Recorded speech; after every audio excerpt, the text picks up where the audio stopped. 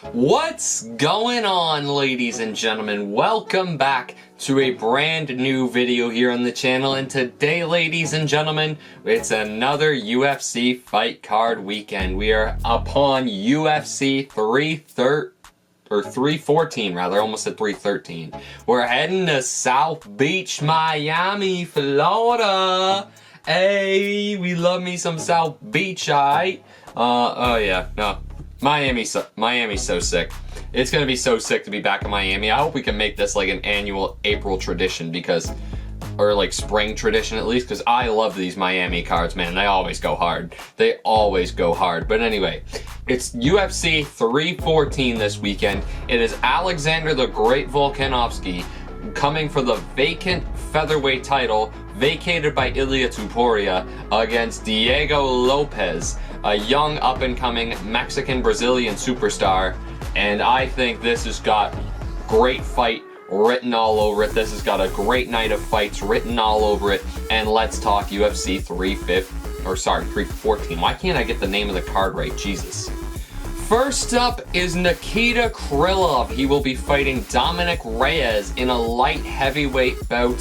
205 pounds for these two men. Should be a decent fight here for these guys. I mean, man, poor Dom Reyes. Poor Dom Reyes. My man's stock couldn't have been any higher after that John Jones fight. And in my opinion, Dom Reyes was the one who beat John Jones. Just saying, I thought Dom Reyes won that fight, but hey man, it is what it is at the end of the day. Sometimes you win, sometimes you don't. But he's fighting Nikita Krylov. Who's Nikita Krylov fought recently? I honestly don't remember. I haven't seen a Nikita Krylov fight in a while. Oh my god, Jesus Christ, here, let me look it up. Nikita Krylov. I was gonna say, I haven't seen him fight in a while. I mean, he is Ukrainian, maybe he was in the war. He had a fight with Mirzakhanov, canceled. He fought Ryan Spann back in March 2023, so it's been 2 years since we've seen Nikita Krylov in the cage. Fought Volkan Ozdemir, UFC 280. Gustafsson got a win over him back in 2022. And he lost to Paul Craig by submission too, so yeah, it's been an interesting up and down ride. Two fighters who are really desperate for a win here. Now I'm looking back at it, I mean, I don't expect this fight to hit the ground, to be honest. I mean, yeah, I mean, if it's gonna go to the ground, I think Nikita Krylov's got a decent chance by sub. And it really depends on how sharp both of these guys are, because I mean, we both know what their skills are, but like they've both been out of the cage for some time. And I mean, with Dom Reyes, he sometimes just hasn't fully looked like himself. I mean, he had that fight against Anthony Smith, but you know, it's Anthony Smith. And for Dominic Reyes, I mean, he's got this fight against Nikita Krylov. He fought Dustin Jacoby and Anthony Smith. So he's got 2 wins in a row, to be fair. Oh yes, that 2022, he had a bad knockout to Ryan Spann. Took some time off. He's got 2 straight wins. You know what? I'm going to take Dom Reyes. I'm going to say Dom Reyes wins by decision over Nikita Krylov. I don't think he'll finish Nikita Krylov, especially where Dom Reyes is going to want to keep this on the feet. And I just see Dom Reyes outpointing Nikita Krylov, keeping his range, finding his shots, hitting him with his counters, and I think Dom Reyes will beat Nikita Krylov by decision. Next up at 314, if you're looking for a banger of a fight, you've got it on this fight. Yair Rodriguez fighting Patricio Pitbull in his UFC debut. Ooh, baby, this is going to be a banger. This is going to be a banger.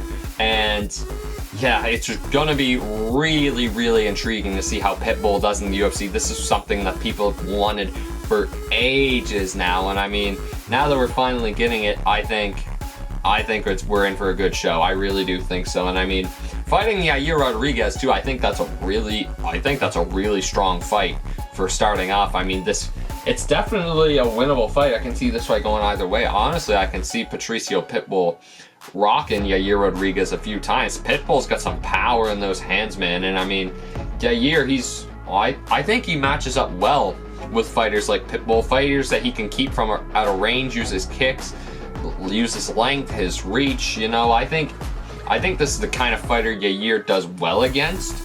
I'm really, really intrigued to see. And I mean, Yair's very well-rounded too. Same with Pitbull. I mean, maybe Pitbull wins this fight on the ground. I could definitely see him subbing Yair Rodriguez here. It's something to consider, but you just never know at the end of the day. This is a very even fight. I'm very curious to see what the odds are. I'm actually going to pull up Bet365 because I wouldn't be surprised at all if Pitbull is a favorite. So let's have a look at this. MMA, Bryce Mitchell, John Silva. There we are. Okay, Yair Rodriguez is almost a -200 favorite. Wow. I mean, yeah, my gut's telling me Yair's going to win this fight. I am going to take Yair, but I mean, Pitbull.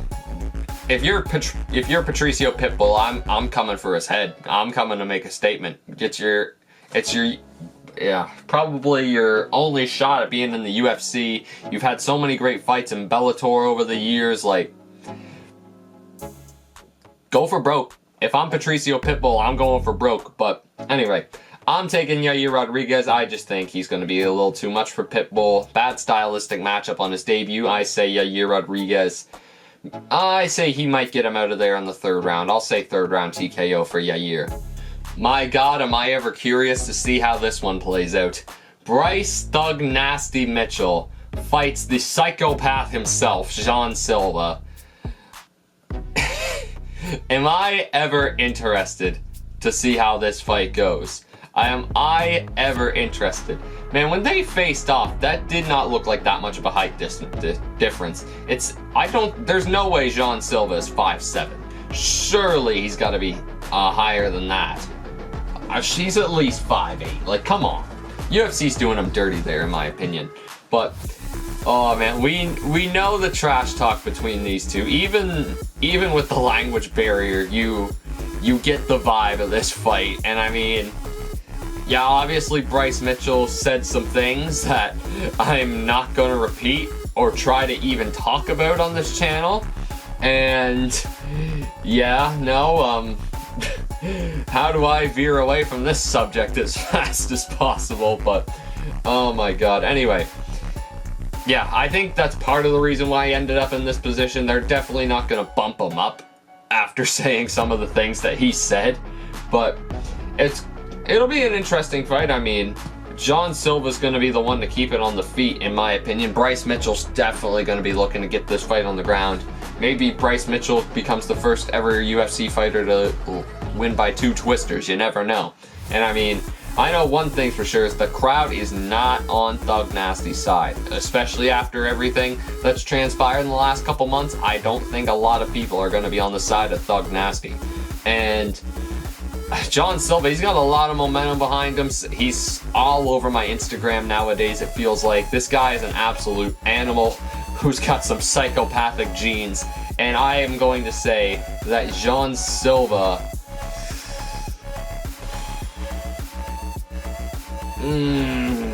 does he finish Bryce Mitchell? I think Bryce Mitchell's last fight was Josh Emmett. And he got knocked out pretty bad. Was that Bryce Mitchell's last fight? It's the last one I remember, at least. Let me look this up. 2024. Oh, he fought Crone Gracie. That's right. At the end of last year, he did have that fight with Crone and beat him in like 39 seconds. Yeah, no. And then he had that bad knockout by Emmett before. Beat Dan Ige, too. That's a pretty good win nowadays. Yeah, had his submission loss to Ilia Tuporia.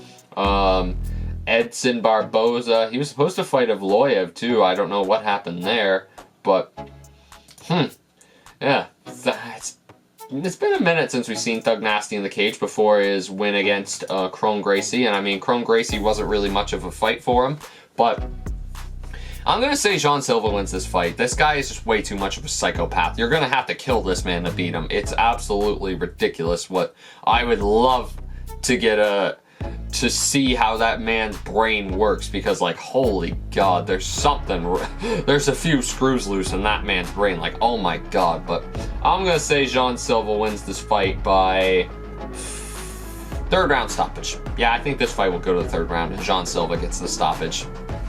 Now this fight is gonna be fun. This fight has fun written all over it. Michael Chandler versus Paddy the Baddy Pimblett. or sorry, I should say Iron Michael Chandler. Can't forget Iron Michael Chandler's nickname, man.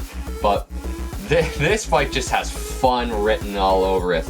You got someone who is so killer be killed mentality like Michael Chandler going up against Paddy Pimblett, who's a very entertaining fighter and very skilled. He sticks to his craft well, has a great ground game, and I mean, has definitely built his reputation up again since that Jared Gordon fight, and now he has his toughest test in the octagon to date against Michael Chandler. I mean, say what you want about Michael Chandler, man. I know he's not on a lot of people's good side right now, but he can definitely take Paddy Pimblett's lights out, in my opinion. And that could very easily happen.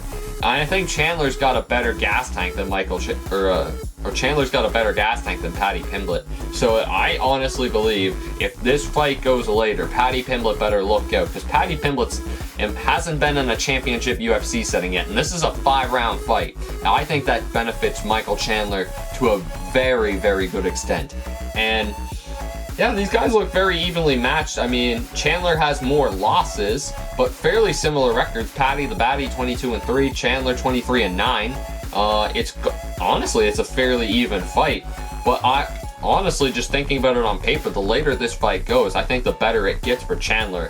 I mean, we haven't seen Paddy the Baddy fully tested yet, but like, and fights that have gone the distance, I mean, the Tony Ferguson fight, he was just in control the whole time. Tony really had nothing for him. And that Jared Gordon fight, it was back and forth, but Paddy never pushed the pace, never took it up to the next notch, so. And all the other fights he's finished in the first round. So I think if Chandler gets out of the first round, you never know, man. I'm not sure Paddy the Baddy has the power to take out Michael Chandler, but all it takes is one shot. This is mixed martial arts at the end of the day. All it takes is one singular shot, and you are out cold on the canvas. But one thing that really sticks out to me is Paddy Pimblett's ground game. I think if Paddy the Baddy Pimblett gets Michael Chandler on the ground, I do believe that Paddy Pimblett will win this fight by submission. That is my honest belief. I don't think this fight sees the final bell. If it does go to the 5th round, I think Chandler stops him in the 5th round. If it gets stopped before the end of the 2nd round, I think Paddy wins, because I think Paddy's gonna sub him. I really do. I think Paddy has got what it takes. I honestly expect this fight to be a fairly similar fight to the Dustin Poirier fight. That's honestly, like, Chandler versus Poirier, obviously. I mean, Paddy's never fought Dustin Poirier. I mean, he might. That could be Dustin. Oh, you're giving me ideas now. Dustin Poirier versus Paddy the Baddy in New Orleans? I'm just saying. That'd be pretty freaking cool. That'd be pretty freaking cool. But anyway, yeah, Michael Chandler, if he keeps on the feet, I think he'll do very well. I think he'll have to push the pace very well. He'll have to be very smart about his chin in this fight. I think this is exactly what he needs, or what he needs to do, I should say. But yeah, I've seen too much of Chandler to know that he's not going to fight smart. And I respect it. Entertainment first. I mean, Chandler will be great in the WWE once he retires, but I'm going for Paddy Pimblett. I think Paddy Pimblett's going to sub Michael Chandler, and I'm going to say it happens in end of the 2nd round. I think Paddy Pimblett will get Michael Chandler out of there at the end of the 2nd round. Like I said, fairly similar to Chandler versus Poirier, and we'll see how it goes. Maybe I'm horribly wrong, but that's just what I believe and what my gut is telling me. On to the main event. Next up is our main event of the evening, a featherweight title fight, and a champion will be crowned from the vacant title. Alexander the Great Volkanovski looks to reclaim his throne against young up-and-coming superstar Diego Lopes. It's the old guard versus the new guard in a way, and it just has great fight written all over it. It really does. I mean, honestly, man, if I look at this fight at face value, Diego Lopes is just way more skilled than Volkanovski, and just I feel like in almost every attribute, I think Diego Lopes beats Volkanovski. But the toughness, the grit, and the willingness to win by Volkanovski is just... it's something else. It's something else. The man's will to run through a flaming brick wall, I've got to respect it. There's just... the mindset of someone like Volkanovski is just... it's out of this world. And at the end of the day, you just gotta look back and you just gotta respect it. I mean, I think the only thing Lopes doesn't have Volk on is strength. I mean, look at both their bodies and tell me who you think's the stronger man. But yeah, I especially after a year off, I struggle to see how Volkanovski beats Diego Lopes. I mean, maybe the break will be the best thing that's ever happened to Volkanovski, but I remember the last couple of years, man, it was just every 3 months it was Volk fight, Volk fight, Volk fight, Volk fight, Volk fight. Like, I don't know. I don't know what this break's gonna do. I mean, he needed a reset though. He 1000% needed a reset, and I mean, who knows what the state of his chin is like too these days. You just don't know what the chin of Alexander Volkanovski has at the moment. His last 2 fights, he was knocked out by Islam Makhachev and Ilia Topuria, which is 2 of the top 5 pound-for-pound fighters at the moment. And if Topuria isn't in the top 5, he really should be. And hopefully we get that Makhachev versus Topuria fight. Oh my God, that'd be so sick. But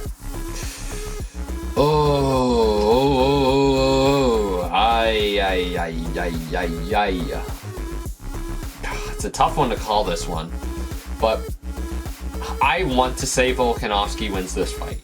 I really want to say Volk wins this fight, but I just don't see how he beats Diego Lopes.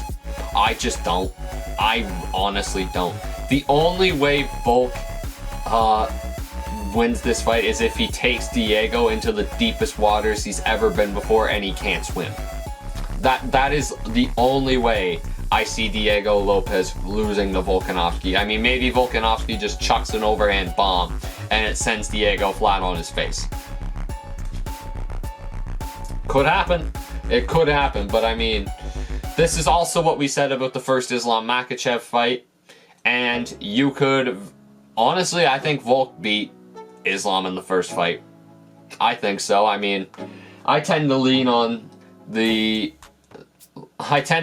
side of the fans, because I mean, most fans know what they're watching, especially the hardcores. So, and most hardcore fans will tell you Volkanovski beat Islam Makhachev that night. Could have went either way. I remember saying in the moment it was a draw, but I think it was either a draw or a Volkanovski win, if I'm not mistaken. I'm pretty sure that's what I said in February 2023, but that's 2 years ago. Let's talk about the here and now. And hey, maybe Volk hit a new level in his break. I don't know, but as of what I've seen in the last couple of years, I've got Diego Lopes. I do have Diego Lopes. I wish Ilia Topuria just stayed in the division a little longer so we could see Topuria versus Lopes. Like, oh my God, that fight would have been so sick. That fight would have been so sick. I mean, Volkanovski versus Lopes is still going to be sick, but I just have a very strong feeling that Diego Lopes is going to win this fight. How does he do it? I really hate to say this, guys, but I think Diego Lopes is going to knock out Volkanovski. I honestly think so. And I mean, hopefully Volk gets another fight in like Australia and maybe he can call it a day, but oh man, it pains me to say it, but I think Diego Lopes is going to knock out Alex Volkanovski. That's honestly what I think is going to happen. I mean, if I'm proven wrong, great, but I think Diego Lopes is going to win by, I'm going to say late in the 3rd round he gets a knockout. But we will see. This is why we fight. This is why we love mixed martial arts, because anything can happen. Guys, thank you so much for watching today's video. If you enjoyed it, make sure you smash that like button, drop a comment down below, tell me what you thought of this episode and, well, this video, and why, what you thought of this prediction video. And yeah, join the Patreon, the Twitch, links are in the description down below. Follow me on Instagram, Twitter, TikTok, all that fun stuff. And yeah, guys, I will see you for UFC 315 next time out in Montreal, Quebec. Hopefully I can be there. Let's keep my fingers crossed. Keep your fingers crossed too. Take care, guys, and